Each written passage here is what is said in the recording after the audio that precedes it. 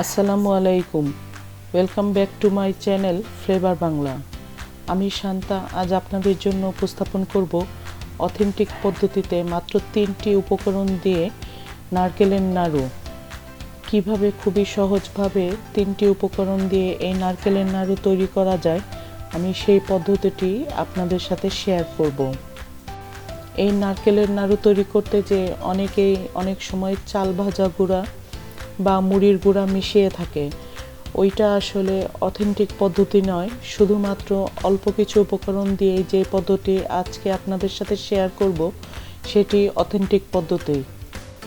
চলুন মূল ভিডিও রেসিপিতে ফিরে যাই। আমি এখানে 2 কাপ কোরানো নারকেল নিয়ে নিয়েছি, সাথে 1 কাপ খেজুরের গুড় মিশিয়ে নিচ্ছি। আমি এখানে খেজুরের ঝোলা গুড়টি ব্যবহার করছি।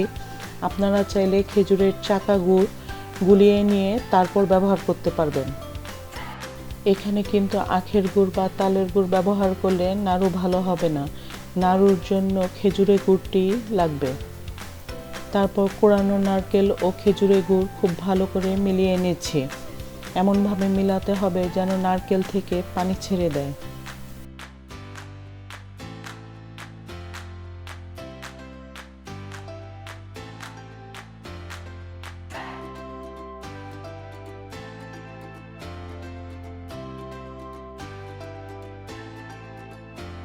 তারপর একটি ছড়ানো হাঁড়িতে এই নারকেল ও গুড়ের মিশ্রণটি ঢেলে দিচ্ছে। তারপর চুলার তাপ মিডিয়ামে রেখে নারকেল ও গুড় রান্না করে নেব। এই সময় অনবরত নাড়াচাড়া করতে হবে, কোনো অবস্থাতেই তলানিতে যেন লেগে না যায়।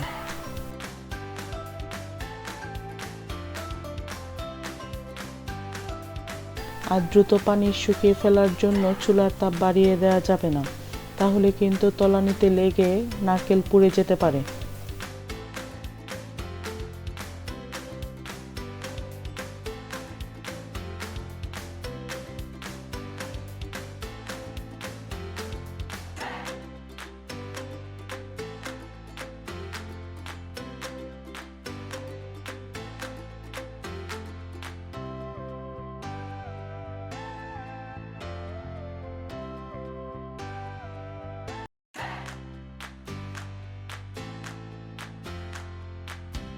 নারকেলের পানি শুকিয়ে যখন নারকেল ঘন হয়ে আসবে, তখন 1/4 চা চামচ এলাচ গুঁড়া দিয়ে দিচ্ছি।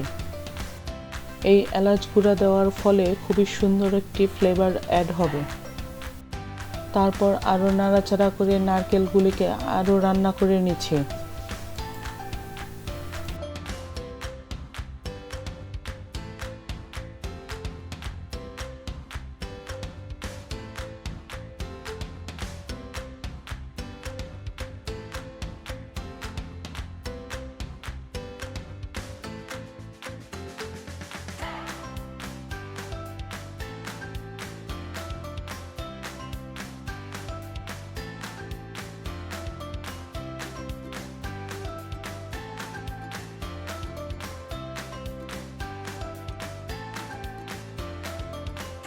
যখন দেখবেন নারকেল প্যানের গা ছেড়ে আসছে নিজে নিজেই, তখন বুঝবেন নারকেলটি হয়ে গিয়েছে।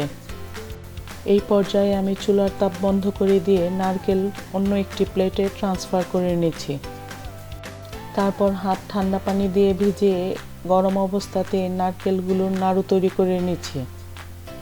এই নাড়ুগুলো গরম অবস্থাতেই তৈরি করতে হবে, নতুবা শক্ত হয়ে যাবে।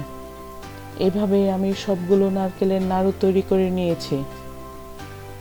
এই নাড়ুগুলো মিনিমাম 20 দিনের মতো এয়ারটাইট বক্সে রুম টেম্পারেচারে সংরক্ষণ করতে পারবেন।